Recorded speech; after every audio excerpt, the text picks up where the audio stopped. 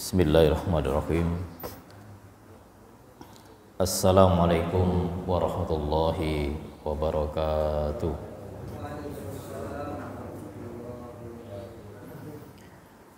Alhamdulillahilladzi ahyana ba'dama amatana wa ilaihin nusyur. Asyhadu an la ilaha illallah wahdahu la syarikalah wa asyhadu anna Muhammadan abduhu wa rasuluh. Allahumma salli wa sallim ala nabiyyina Muhammadin wa ala alihi wa sahbihi ajma'in, amma ba'du. Jamaah salat subuh yang diberkahi Allah, alhamdulillah pada pagi yang ceria, yang cemerlang, kita tengah terpanggil pertama untuk menunaikan sholat subuh dengan cara berjamaah. Lanjut kita mengikuti rutinitas kita mengkaji ya, untuk menelaah hadis-hadis Rasulullah yang termaktub dalam kitab Lu'lu' wal Marjan. Mudah-mudahan ketulusan, keikhlasan yang hanya mencari ridho ilahi senantiasa dicatat sebagai amalan yang termulia di hadapan Allah Subhanahu wa ta'ala. Amin. Salawat dan salam semoga tetap terlimpah kepada junjungan kita Rasul kita Muhammad sallallahu alaihi wasallam. Baik jemaah yang dimuliakan Allah, untuk tema Kitabus Shalah pada hadis ke-241 242 ini kami langkai karena sama maksudnya dengan hadis-hadis yang sebelumnya, sehingga kita langsung untuk masuk pada babu taqdimil jamaah may yusalli bihim idza ta'akhkharal imam wa lam yakhafu mufsidatun bit taqdim. Bab yang menjelaskan tentang bergegas, bersegera untuk melaksanakan sholat jamaah atau mendahulukan sholat jamaah jika imam itu telat datang. Ya, idza ta'akhkharal imam, jika imam itu telat datang dan tidak mengkhawatirkan terjadinya suatu fitnah. Ini yang tema yang kita bahas pada kesempatan pagi ini. Hadisnya yaitu nomor urut 243. Hadis Sahal bin Sa'dis Sa'idi anna Rasul sallallahu alaihi wasallam.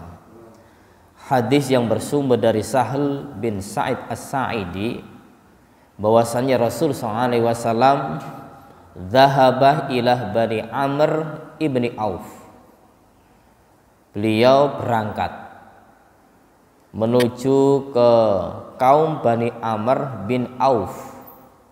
Tujuannya liyusliha bainahum, untuk mendamaikan di antara mereka. Fahanatis shalah, maka ketika tiba waktu salat, faja'al muadzin ila Abi Bakar, ya, datanglah seorang yang mengumandangkan azan kepada Abu Bakar. Faqala, maka beliau mengatakan, atusalli bin nas faukim, apakah ya paduka, artinya bilang kepada Abu Bakar, apakah berkenan ya untuk mengimami jamaah, kemudian aku pun juga akan mengumandangkan qomat. Qala, Abu Bakar menjawab, na'am, iya. Fa shalla Abu Bakar, maka Abu Bakar salat. Faja'a Rasul sallallahu alaihi wasallam, maka ketika salat berlangsung Rasul datang. wan nasu fis sholati, sedangkan para jamaah itu dalam keadaan melaksanakan sholat. Fatakhallasa hatta waqafa fis shaf, maka Rasul melangkah hingga berhenti di barisan. Fasaffaqan nas, maka jamaah menepuk tepuk tangan, berarti menepuk tangannya. Wa kana Abu Bakar la yaltafitu fi salatihi, tapi Abu Bakar tidak menoleh dalam salatnya itu, jadi dia biarkan. Falamma aktsaran nasu at-tasfiqa iltafata far'a Rasul sallallahu alaihi wasallam, maka tatkala tepukan itu terus, ya, tepukan itu terus berlangsung, maka Abu Bakar menoleh. Lantas Rasul sallallahu alaihi wasallam melihat Abu Bakar, fa asyara ilaihi Rasul sallallahu alaihi wasallam, maka Rasul pun mengisyarati kepada Abu Bakar, apa itu? Anim kus makanak, hendaknya engkau tetap berada di tempatmu.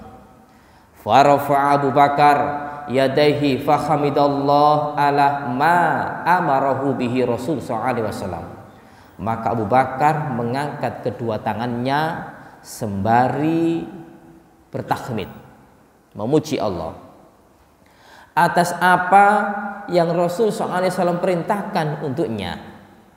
Min dzalika, yaitu untuk tetap di tempatnya tadi. Summastakhara Abu Bakar hatta istawa fis shaf, tetapi Abu Bakar itu mundur hingga berada di barisan shaf, artinya berada di tengah-tengah barisan jamaah itu. Wa taqaddama Rasul sallallahu alaihi wasallam fa shalla, maka Rasul sallallahu alaihi wasallam maju lalu menjadi imam. Falamman sarafa, maka tatkala salat usai, qala, Rasul bilang, ya Abu Bakar, wahai Abu Bakar, ma mana'aka antasbuta id amartuk, apa yang menghalangimu untuk engkau ini tetap, ya, di tempatmu ketika aku merintahkan kepadamu. Faqala Abu Bakar, maka Abu Bakar menjawab, makanah libni Abi Quhafa ayyusalliya baina yada Rasul sallallahu alaihi wasallam.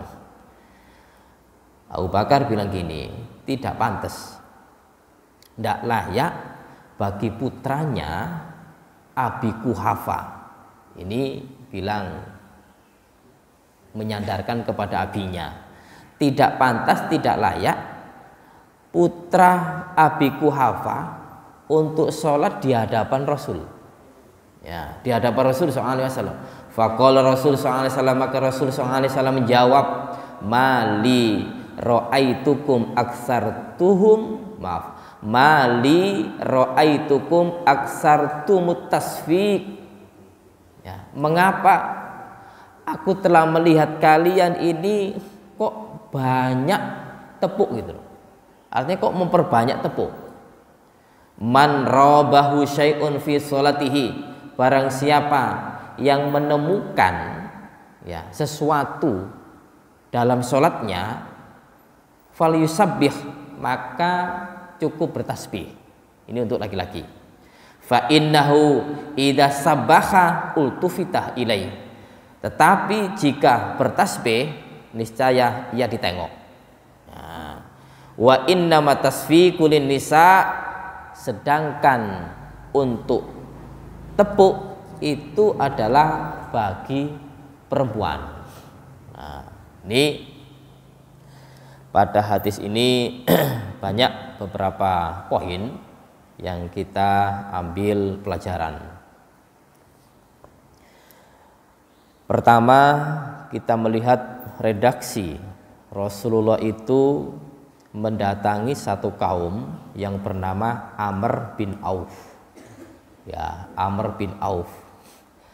Kaum ini didatangi Rasulullah menurut Syekh Badruddin Al-Aini rahimahullah, beliau mengatakan bahwa kaum Amr bin Auf itu adalah keturunan Anas bin Aus, ya, Anas bin Aus. Mereka itu bertempat di daerah Kuba. Artinya Rasulullah di Medina, kemudian mendatangi wilayah daerah Kuba. Daerah Kuba itu nggak jauh dari Medina. Kalau toh naik bis, naik kendaraan itu sekitar butuh waktu 15 menit. Ya, 15 menit dari Medina, tempat Rasulullah, menuju Kuba. Jadi nggak jauh. Kemudian Aus itu adalah satu dari dua kabilah Ansor. Ya, karena di wilayah Madinah, walaupun Kuba pun juga daerah wilayah Madinah. Itu salah satu dari kabilah Ansor. Karena kabilah Ansor itu ada dua kabilah, yaitu kabilah Aus dan Khazraj. Nah, Rasulullah SAW mendatangi, ya, kaum yang di daerah Kuba. Itu tujuannya apa? Untuk mengislahkan di antara mereka. Karena Rasul itu dapat berita dan langsung beliau respon. Apa responnya? Bahwa ketika di daerah Kuba itu kaumnya sedang berkelahi, bertengkar, sampai-sampai diceritakan dalam satu riwayat itu lempar-lemparan batu. Nah, lempar-lemparan batu ini sangat berbahaya ini. Maka Rasul responnya cepat, tanggap, langsung bergegas untuk berangkat ke kaum Bani Amr bin Auf tadi. Tujuannya untuk mendamaikan, agar tidak berkecamuk terus, agar tidak berlanjut terus. Nah, Rasulullah SAW, ya, ini seorang pemimpin, ya, seorang nabi. Kalau wilayah negara, seorang presiden. Beliau langsung turun tangan untuk menangani permasalahan yang ada di kalangan umatnya itu. Sehingga umat pun juga langsung, ya, damai. Umat pun juga tidak berkecamuk terus karena pimpinannya langsung turun. Dan itu bersegera, tidak menunggu sekian waktu. Ada berita, langsung Rasul meresponnya. Sehingga usailah pertikaian yang terjadi di kalangan kaum Bani Amr bin Auf itu. Diistilahkan, didamaikan. Antara satu dengan yang lain tentu teknisnya ya kita sendiri untuk bisa memahami, mungkin saling memaafkan permasalahannya apa. Ya, kok sampai terjadi perkelahian, pertikaian seperti ini, sehingga harus saling meminta maaf. Atau kalau memang ada sesuatu yang dirugikan, ya diselesaikan. Nah, ini tentu untuk mendamaikan ini ya harus legowo, harus hatinya dilenturkan dulu, kemudian hatinya diletakkan dulu untuk menaruh sebuah ketenangan. Kalau didamaikan yang satu berkecamuk, yang satu tidak terima, maka ini nggak akan selesai. Sehingga orang yang mendamaikan ini luar biasa, Rasulullah SAW langsung, dan tidak ada perasaan untuk menentang, langsung tenang. Makanya orang yang mendamaikan itu setidaknya orang yang dihormati, orang yang dipandang bahwa orang ini punya piawai yang ya terhormat, sehingga mendamaikan suatu kaum yang lagi berkecamuk ini pun ditakuti. Nah, ini yang pertama. Yang kedua perihal tentang mendamaikan Rasul mendamaikan terhadap kaumnya tadi. Lalu Rasulullah SAW itu kan saat itu berada di Medina, yang berkecamuk di daerah Kuba. Rasulullah itu kalau tiba waktu sholat, ya, seorang muadzin berkumandang, kemudian ada jeda. Ketika usai iqamah dikumandangkan, maka Rasul tiba. Artinya iqamah dikumandangkan, ini Rasulullah dibilangi, Rasul orang-orang sudah kumpul, kita siap untuk mengumandangkan iqamah. Rasul ACC, silakan, langsung datang. Kita kan lain, tapi artinya teknis seperti ini teknis yang kita itu sendiri, ya bagaimana kesiapan seorang imam. Imam hadir pun juga butuh untuk sholat sunnah mungkin. Rasulullah kita husnudon, Rasulullah sholatnya sunnah. Beliau bilang bahwa sholat sunnah itu lebih utama dilakukan di rumah. Walaupun teknis Rasulullah secara zahir bahwa Rasulullah itu ketika sholat didirikan, iqamah dikumandangkan, kemudian Rasul datang. Ya, sehingga nanti kalau permasalahan-permasalahan ini dibahas untuk lebih panjang, maka Rasulullah tidak sholat rawatib? Apakah Rasulullah itu tidak sholat tahiyatul masjid? Ini harus diletakkan dulu permasalahannya, sehingga harus menaruh sebuah kehusnudonan bahwa Rasulullah ketika beliau bilang menyatakan bahwa sholat sunnah itu lebih baik di rumah, maka husnudon kita Rasulullah seperti itu. Kalau dilihat dipandang secara zahir hadis-hadisnya, yaitu ketika kumandang iqamah Rasul datang. Ya. Pesan Rasulullah SAW, ya, pesan Rasul SAW, karena ini Rasul datang menurut riwayat yang lain, Rasul datang untuk mendamaikan satu kaum tadi adalah habis zuhur. Nah, habis zuhur berangkat, maka Rasulullah itu masih melekat pemikirannya untuk tanggung jawab menjadi imam nanti waktu asar seperti apa.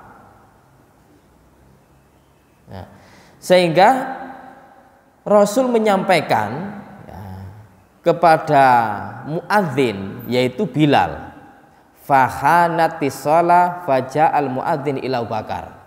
Ketika tiba waktu sholat, muadzin yang bernama Bilal itu mendatangi Abu Bakar. Ini sebetulnya di riwayat yang lain Bilal itu sudah dipesani.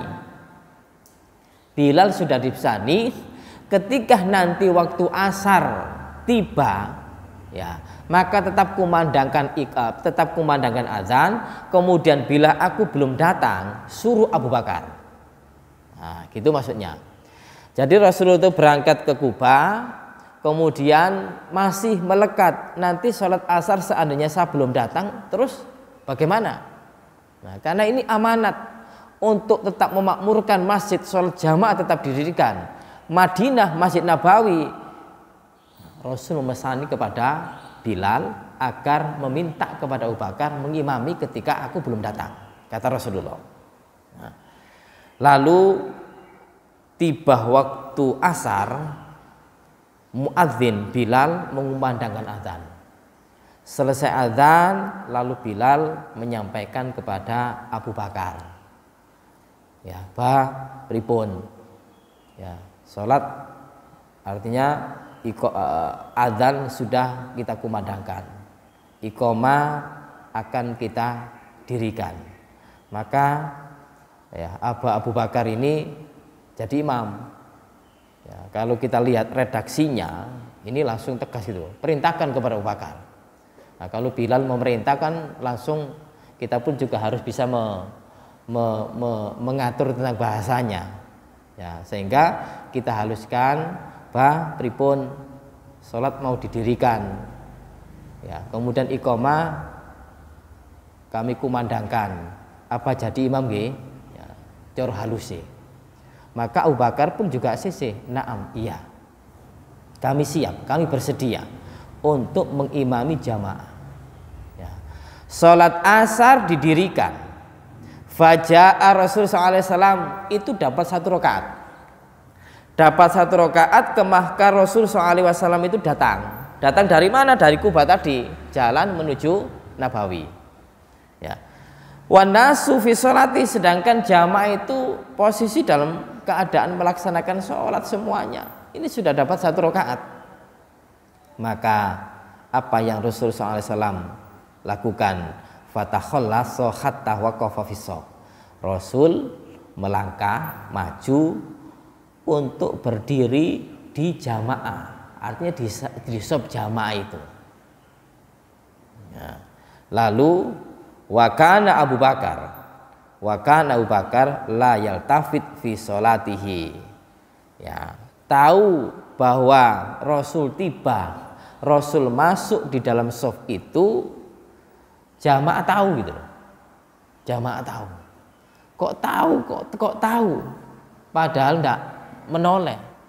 Lah kan jamaahnya kan ya Rasul masuk ke situ, tentu yang kanan kiri tahu. Karena terus terang ketika ada barisan kemudian kita isi atau ada seorang yang mengisi, maka samping kanan samping kiri kita itu tahu, oh si A, B, si B datang, si C datang. Maka respon para sahabat ketika Rasul SAW datang, maka para jamaah ini tepuk. Nah, ini belum dijelaskan hadis mengenai kalau tepuk itu untuk perempuan, kalau tasbih itu untuk laki-laki. Ini pada akhirnya nanti beliau sampaikan seperti itu. Sehingga para sahabat berarti kita husnudzonnya belum tahu tentang hadis dan memang belum disampaikan. Nah, maka para jamaah ini menepuk untuk mengingatkan Abu Bakar. Ya, satu kali tepukan Abu Bakar diam, tetap saja melanjutkan jadi imam tadi. Ya. Lantas kok diam, kemudian tidak direspon Abu Bakar, para jamaah semakin banyak tepukannya itu, semakin ramai. Falamma aktsarun nas at-tasfiq. Nah, ketika para jamaah itu semakin keras, semakin banyak tepukannya, ya, untuk mengingatkan Abu Bakar, maka Abu Bakar ini dalam kondisi terpaksa. Nah, dalam kondisi terpaksa beliau menoleh. Ya, menolehnya pun juga teratur. Tidak boleh satu menoleh dengan mengikutkan badan kita.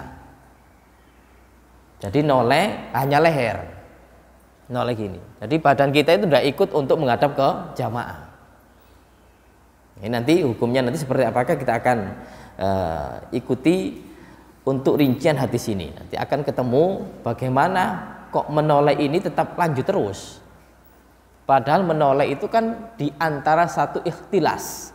Ikhtilasuh min syaiton, minasyaiton. Menoleh itu adalah satu curian dari curian setan. Ya, ini larangan. Nah terus kok ini berlanjut sholatnya, Rasul pun juga tidak melarang, Rasul pun juga tidak mengingatkan. Padahal dalam hadis yang lain menoleh itu adalah satu curian dari curian setan.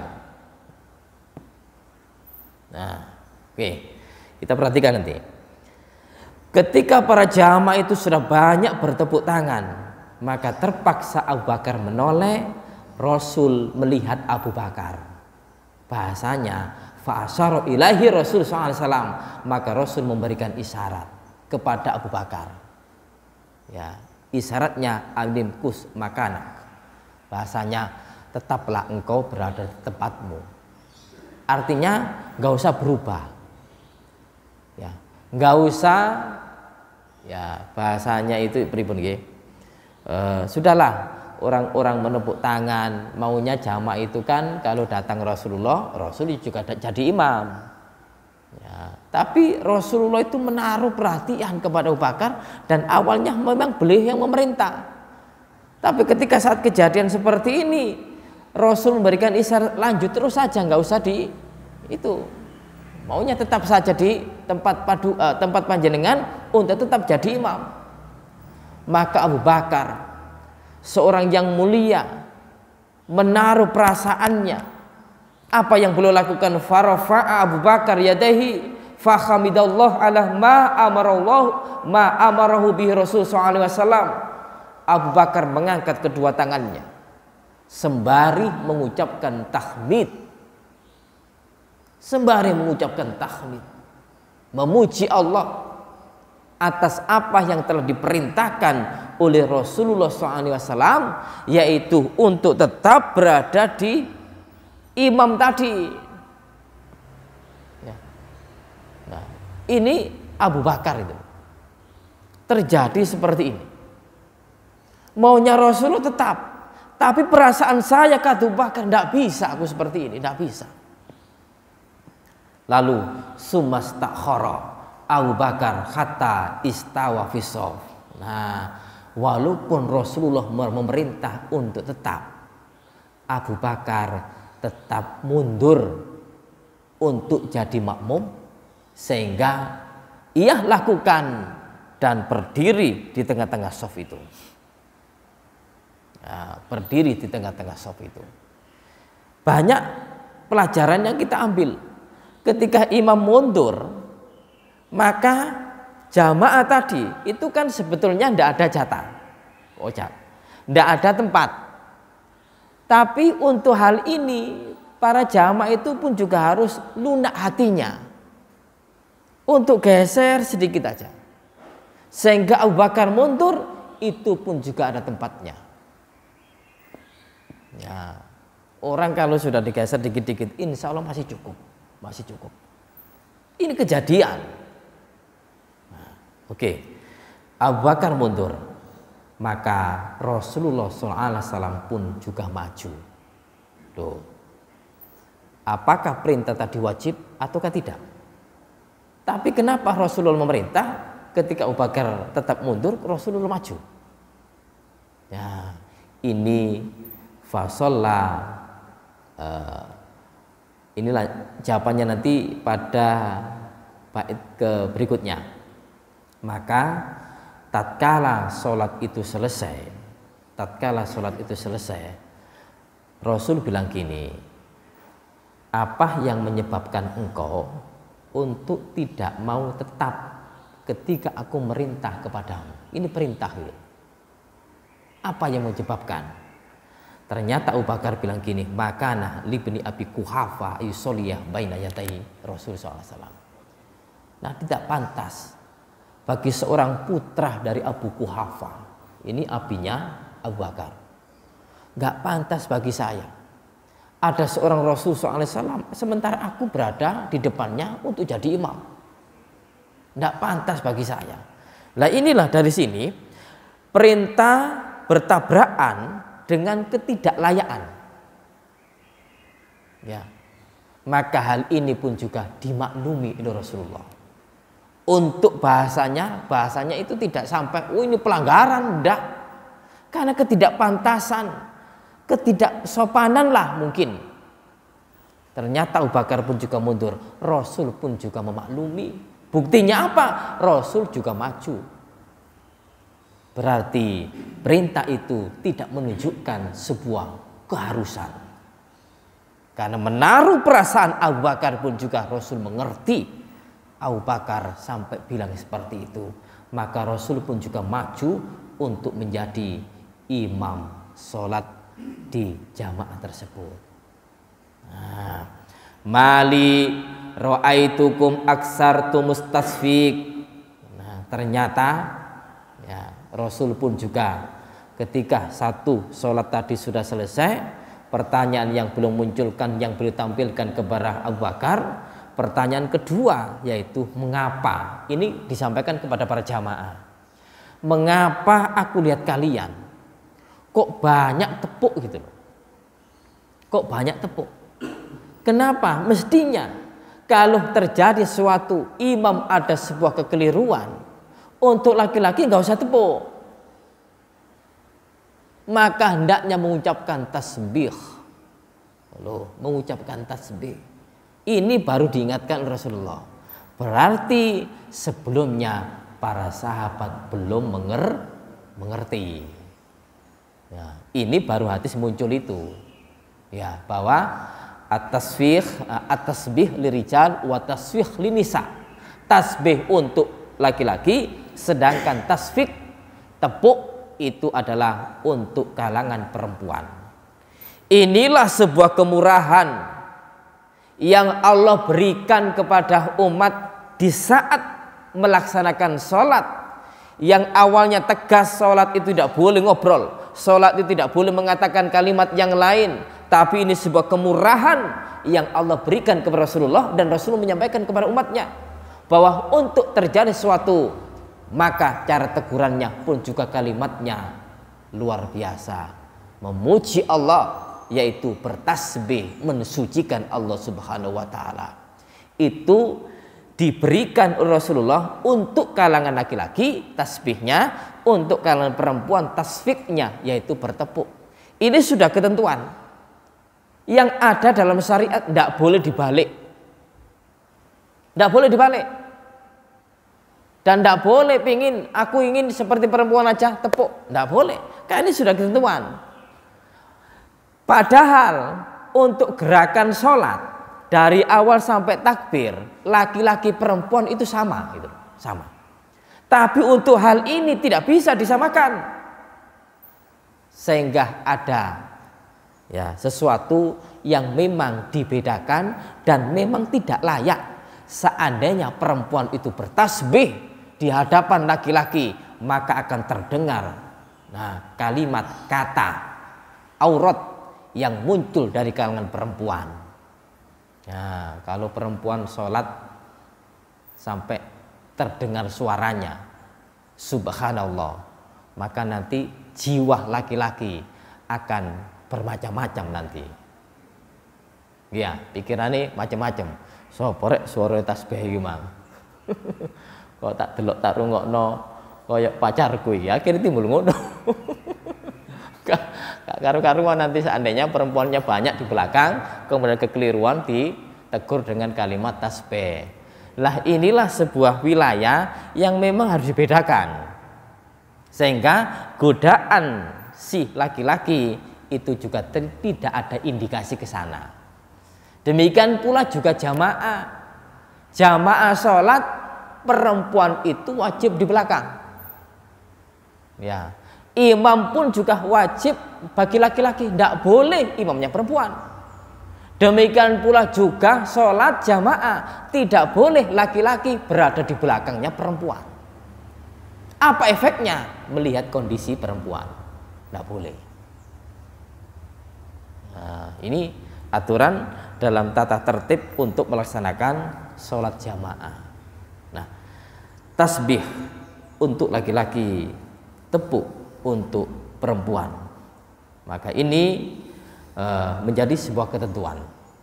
Lalu kita memperhatikan dari kalimat yang tadi bahwa Abu Bakar itu sampai menoleh, ya, menoleh. Kami sampaikan tadi dalam kondisi terpaksa.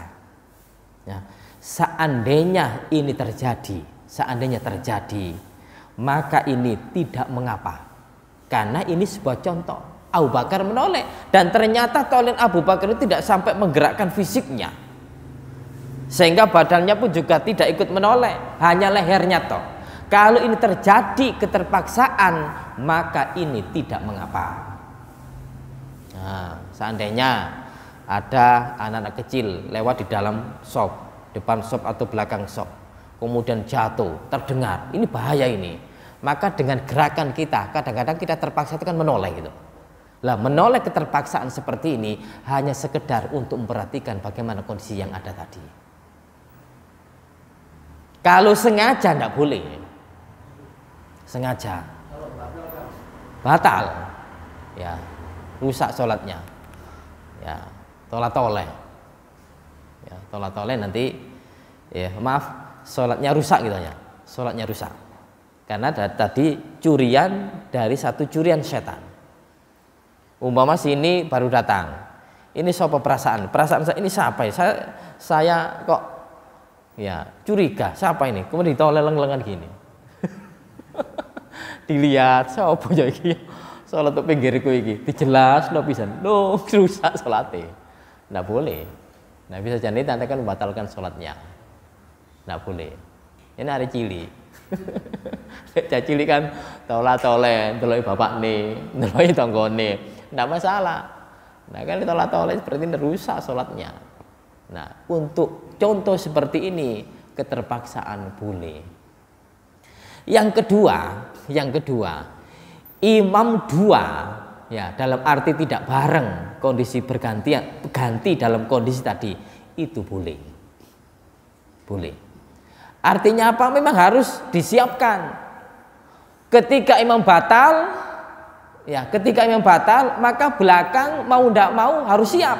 Sehingga apa? Belakangnya imam itu pun juga harus bersedia untuk jadi imam. Jangan ada imamnya batal kemudian belakangnya nggak siap. Akhirnya yang sebelah siap. Padahal melewati depan shop haram hukumnya. Sehingga di belakang imam itu juga harus bersedia. Seandainya imam itu batal harus maju. Itu urusan batal. Juga tidak seandainya tidak batal. Tapi umpama imam bacaannya gerak gak bisa lancar. Gak bisa bunyi gitu, gak bisa bunyi. Lah imam pun juga harus maklumi mundurong loh. Boleh ini, harus mundur. Ya apa nanti waktu ngimami kemudian tidak bisa bersuara. Kecantol apa? Tidak bisa, mundur. Nah, mundur maka belakang maju. Lah maju teknisnya ini mungkin imam tadi kok bacanya suratnya dawa. Aku gak esok ngapalno sing belakang tadi, maka boleh surat yang lain. Jadi gitu, yaitu imam bahasanya kan ya dua ganti.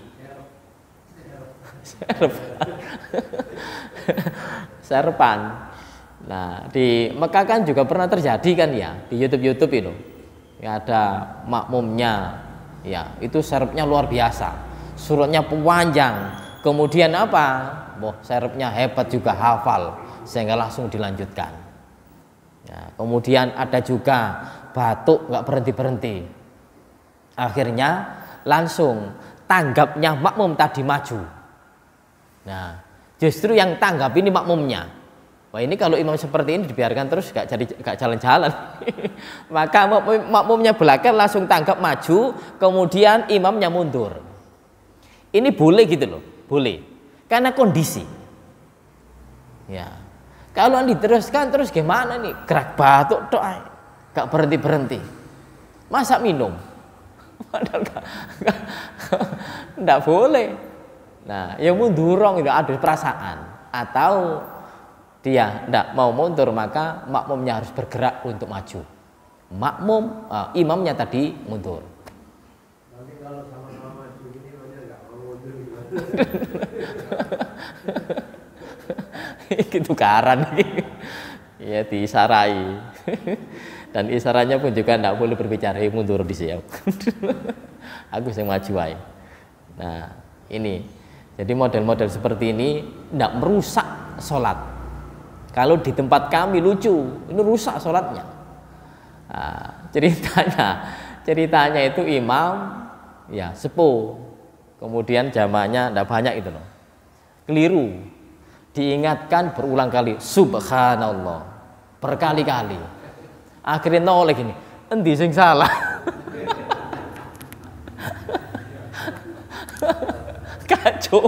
kacau, ya buyar sholatnya, bubar itu loh. Ya, sing jadi makmum juga tertawa, yang imam pun juga demikian, ya langsung bubar. Nah ini rusak. Nah ini terjadi. Kemudian pernah terjadi di Masjid Agung. Ya, tapi bukan imam yang pertama. Ada jamaah yang telat-telat gitu. Jamaah yang telat-telat. Kami saat itu ikut telat. Ikut telat. Kemudian ada orang jadi imam. Ikut kami. Kemudian bacaannya panjang, surat Al-A'raf. Ada bacaan sujud tilawahnya. Lah orang jamaah itu kan jamaah yang telat-telat rata-rata tak lihat ya tak pandang sebelumnya itu bacaan itu. Becak dulu kan banyak parkir situ. Ikut jamaah. Surat Al-A'raf dibaca ada ayat sajadah tidak paham. Kemudian yang ikut sujud tilawah hanya 2 orang. Ya maaf kami yang sebelah selatan, yang sebelah utara, kemudian ada sebelah kami itu juga ada 1 orang. Sehingga hanya ikut 2. Itu pun juga jarak gitu. Padahal tadi banyak gitu. Ikut sujud tilawah bareng-bareng. Ketika kami sujud, bangkit dari sujud tilawah. Sementara jamaah tadi bubar. Loh ini sholat apa kok langsung sujud tadi? Kemudian bacaannya panjang. Kemudian tak gini kan, habis sholat itu, Pak, ngapunten, Bapak kalau untuk sholat seperti ini jangan pakai surat yang panjang. Nah, tambah jawabannya gini, lah salah gak ngerti. Lu ya Allah. Ya belum Bapak tak ingatkan, ya jangan begini gitu loh. Kalau Bapak tak ingatkan malah bacaan Bapak itu masya Allah tajwidnya itu rusak lagi. Langsung diam gini. Bapak tadi yang pendek dipanjangkan, yang panjang jenengan pendek kan. Itu terus umpama saya bilang, kenapa Bapak nggak belajar? Apa nggak Bapak nggak terbalik? Gitu. Terus diam. Tolong Pak, ini rusak soalnya. Terus jamaah nanti kemana tadi jamaah tadi? Hanya 2 orang yang ikut tadi. Nah, itu paling tidak orang-orang yang mengerti atau tahu, atau memang dalam sholat itu ada sujud tilawahnya, ya setidaknya boleh dikasih tahu. Atau kajian-kajian dibahas seperti itu ketika tiba waktu untuk sholat ayat sajadah, maka bergerak untuk sujud tilawah. Ngoten? Bisa diterima? Nah, baik. Demikian mudah-mudahan apa yang kita bahas pada kesempatan pagi ini memberikan sebuah pencerahan bagi kita semua. Akhir kalam kita tutup dengan doa kafaratul majelis. Subhanakallahumma wa bihamdika asyhadu an la ilaha illa anta astaghfiruka wa atubu ilaik. Wassalamualaikum warahmatullahi wabarakatuh.